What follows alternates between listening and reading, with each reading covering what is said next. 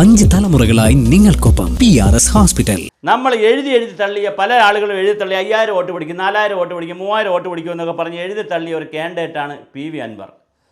അങ്ങനെ PV അൻവറിനെ എഴുതി തള്ളാൻ വരട്ടെ എന്ന് ഞാൻ ആദ്യം മുതൽ പറഞ്ഞതാണ്. PV അൻവർ 2ാം സ്ഥാനത്ത് എത്തിയാൽ പോലും അത്ഭുതമില്ല എന്ന് പറഞ്ഞത് 13,000 വോട്ടിലേക്ക് PV അൻവർ പോയിക്കൊണ്ടിരിക്കുന്നു. PV അൻവർ പിടിച്ചിട്ടുള്ള 13,000 വോട്ടെന്ന് പറഞ്ഞാൽ അത് UDFിൻ്റെ വോട്ടാണ്. LDFിൻ്റെ കുറേ വോട്ടും പിടിച്ചാണ്. എന്നാൽ UDFിന് കിട്ടേണ്ട വോട്ടാണ്. LDFിൽ നിന്ന് മാറ്റിയ വോട്ടാണെങ്കിൽ അത് UDFിന് കിട്ടേണ്ടതാണ്. UDFിൽ നിന്ന് മാറ്റിയതാണെങ്കിൽ UDFിന് കിട്ടേണ്ടതാണ്. UDFിൽ നിന്ന് ആര്യയുടെ ഷൗക്കത്തിൽ നിന്ന് പിടിച്ച വോട്ടാണെങ്കിൽ അത് കിട്ടണം.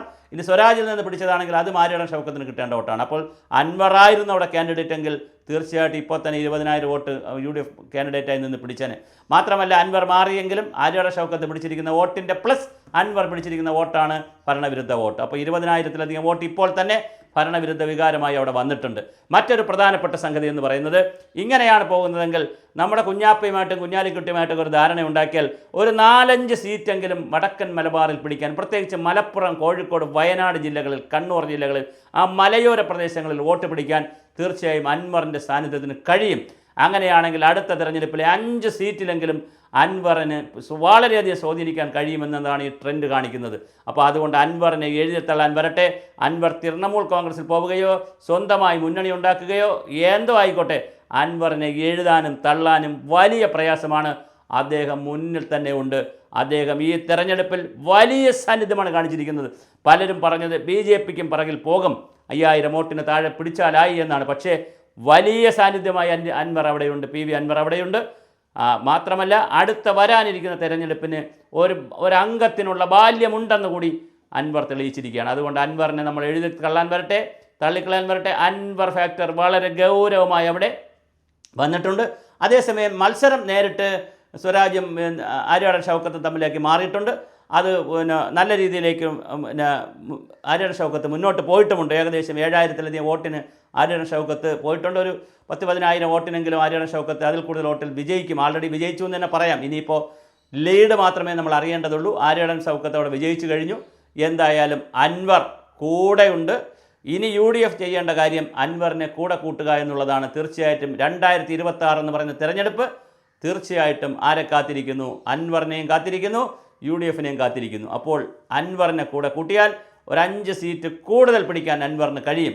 5 സീറ്റും അൻവറിന് കൊടുക്കണമെന്നല്ല, അൻവറിന് ഒരു സീറ്റ് കൊടുക്കുകയും അതിലൂടെ ഒരു 5 സീറ്റെങ്കിലും, 5 മുതൽ 10 സീറ്റെങ്കിലും മലബാർ പ്രദേശത്ത്, പ്രത്യേകിച്ച് മുസ്ലിം ഡോമിനേഷനുള്ള പ്രദേശത്ത് അൻവറിന് സ്വാധീനിക്കാൻ കഴിയും. പ്രത്യേകിച്ച് 10,000 വോട്ടിന് താഴെയൊക്കെ നിൽക്കുന്ന സ്ഥലങ്ങളിൽ അൻവറിന് കാൻഡിഡേറ്റ് ഉണ്ടായാൽ തീർച്ചയായിട്ടും അവിടെ വലിയ ബുദ്ധിമുട്ട് UDFിനുണ്ടാവും. അതുകൊണ്ട് UDF ജാഗ്രത, അൻവറിനെ കൂടെ നിർത്തിക്കൊണ്ടുള്ള പുതിയ കളിക്കായിരിക്കണം UDF നോക്കേണ്ടത്. ഈ തെരഞ്ഞെടുപ്പിൻ്റെ പശ്ചാത്തലത്തിൽ 2026 തെരഞ്ഞെടുപ്പിന് വളരെ കൃത്യമായ ഹോംവർക്ക് ചെയ്യണം. സ്വരാജ് തോറ്റുപോകുന്നതിൽ മറ്റൊരു തരത്തിൽ പറഞ്ഞാൽ സ്വരാജ് അവിടെ നിൽക്കാൻ പാടില്ലായിരുന്നു. സ്വരാജിന് കുരുതി കൊടുത്തതാണ്. സ്വരാജിനെ പോലൊരാൾ അസംബ്ലിയിൽ വന്നാൽ അദ്ദേഹത്തിന് നാളെ മന്ത്രിയാക്കേണ്ടി വരും, സെക്രട്ടേറിയറ്റ് മെമ്പറൊക്കെയാണ്. അദ്ദേഹം വളർന്നു വരുന്നത് കേരളത്തിനൊരു വലിയ പിണറായി വിജയനും കൂട്ടുകാർക്കും അല്ലെങ്കിൽ മരുമോനും ഒക്കെ വലിയ ഭീഷണിയാകുമെന്ന് മനസ്സിലാക്കി സ്വരാജിനെ രക്തസാക്ഷിയാക്കിയതാണ്. സ്വരാജിന് കുരുതി കൊടുത്തതാണ്. സ്വരാജിനെ മറ്റെവിടെയെങ്കിലും നിന്ന് ജയിപ്പിച്ച് അസംബ്ലിയിൽ എത്തിക്കണമായിരുന്നു. ഇതിപ്പോൾ സ്വരാജിന് വലിയ നഷ്ടം വ്യക്തിപരമായുണ്ട്. അദ്ദേഹം തൃപ്പൂണിത്തുറയിൽ മത്സരിച്ച് തോറ്റു. ഇവിടെയും മത്സരിച്ച് തോറ്റാൽ സ്വരാജിൻ്റെ രാഷ്ട്രീയ ഭാവി ഇനി എന്താകുമെന്നുള്ളതും വളരെ പ്രധാനമാണ്.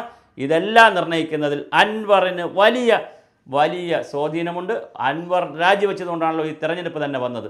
അങ്ങനെയായ അൻവറിനെ മൂരാച്ചിയെന്നും വർഗവഞ്ചകനെന്നും ചൂഷകനെന്നും പല രൂപത്തിലാണ് പിണറായിയൊക്കെ അഭിസംബോധന ചെയ്തത്. പക്ഷേ എന്തായാലും അൻവർ ആണ് ഇവിടെ താരമായി ഇപ്പം നിൽക്കുന്നത്.